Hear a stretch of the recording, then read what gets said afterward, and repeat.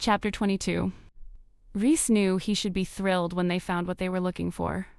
He also knew it was probably stupid to feel slightly resentful that, years ago, a witch had made her altar in a small closet where, decades later, Rhys had come very close to kissing a gorgeous woman before being thoroughly cock-blocked by said altar.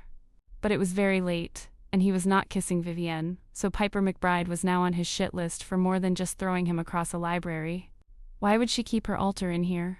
Rhys asked now, moving the beam of his flashlight over the runes Piper had painted all those years ago.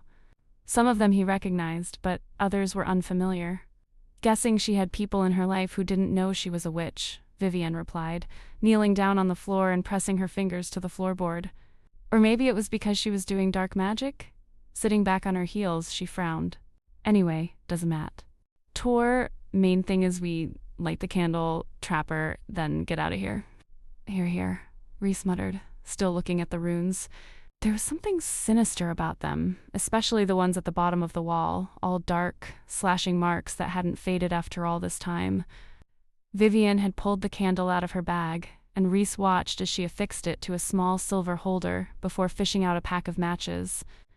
Rhys wasn't sure if she was holding her breath as she lit the candle, but he sure as fuck was. Why hadn't he tried to talk her out of this? He knew she felt guilty for the ghost in the first place, but it wasn't her job to do this. If the college witches wanted this ghost caught, they could bloody well do it themselves. He was leaning forward to tell her that, and possibly blow out the damn candle when the temperature in the closet seemed to drop by a good 10 degrees. Too late then. She's here, Vivienne breathed, then looked up at him. That sounded really creepy. Sorry. Yes, it was really you saying a two-word phrase that made this entire situation unsettling. Before, pleasant as a day in the park. Vivienne looked back to the candle, but he saw the corner of her mouth quirk in something close to a smile. But then, as they waited, and the air just kept getting colder, Rhys was aware of a sort of hissing sound, like someone had left the gas on, and as he turned to look back toward the front door, he saw what looked like mist snaking underneath it. It glowed, casting the room in an eerie blue light as it gathered across the floor, undulating its way toward them. The cold was almost unbearable now, and Rhys caught Vivi's elbow, helping her to her feet as they both stepped outside the closet. Watching the mist gather and coalesce, spreading upward until the wavering form of Piper McBride floated in front of them. She looked less substantial than she had in the library, and goddess be praised, she also seemed a hell of a lot less pissed off.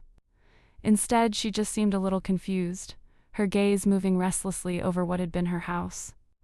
As Rhys and Vivienne watched, little tendrils of the mist that made up the ghost of Piper McBride began to peel off, curling toward the candle like smoke, her form becoming even more transparent. I think it's working, Vivienne barely whispered, and Rhys nodded. Could work a bit faster if you ask me. I'm sorry the ancient ghost summoning candle magic is not impressing you enough, Rhys. I didn't say that, I just... Penhallow. His last name was little more than a sort of garbled sigh, and real fear raced, icy and prickly hot all at once, down Rhys's spine. The ghost continued to sway in place even as more and more of her drifted off toward the candle. Her eyes were the same pale blue as the rest of her, the pupils so large they nearly absorbed the iris. And Rhys felt like she was looking through him, not at him. Cursed Penhallow, Piper added, her form becoming even wispier. Cursed for what was taken. I thought I was cursed because I was a fuckerneck, Rhys muttered to Vivi, but she was frowning at the ghost. What does that mean? She asked. What did he take? It was never yours, asshole, the ghost hissed. You took it. She was coming apart now, her head floating far from her neck, hands drifting away into spirals of smoke that disappeared into the candle's flame. It was one of the most frightening things Rhys had ever seen, and Vivienne was stepping closer to it. But he didn't take anything, she said, her chin lifted as the spirit's head floated ever higher. Like, not even my V-card. That's true, Rhys said to Piper. And I'm not exactly a taker anyway, more of a giver, really.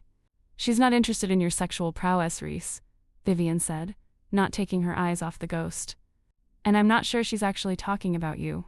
It was hard to see where Piper was looking now, what with her head nearly brushing the ceiling, but the ghost opened her jaw, one of those banshee wails spiraling out even as more and more of her was sucked into the candle, and Rhys found himself moving closer to Vivienne.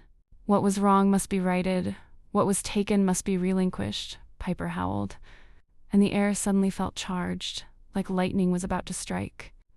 And then, with one more shriek and a sound disturbingly like something going down a drain, the rest of Piper was sucked into the Eurydice candle.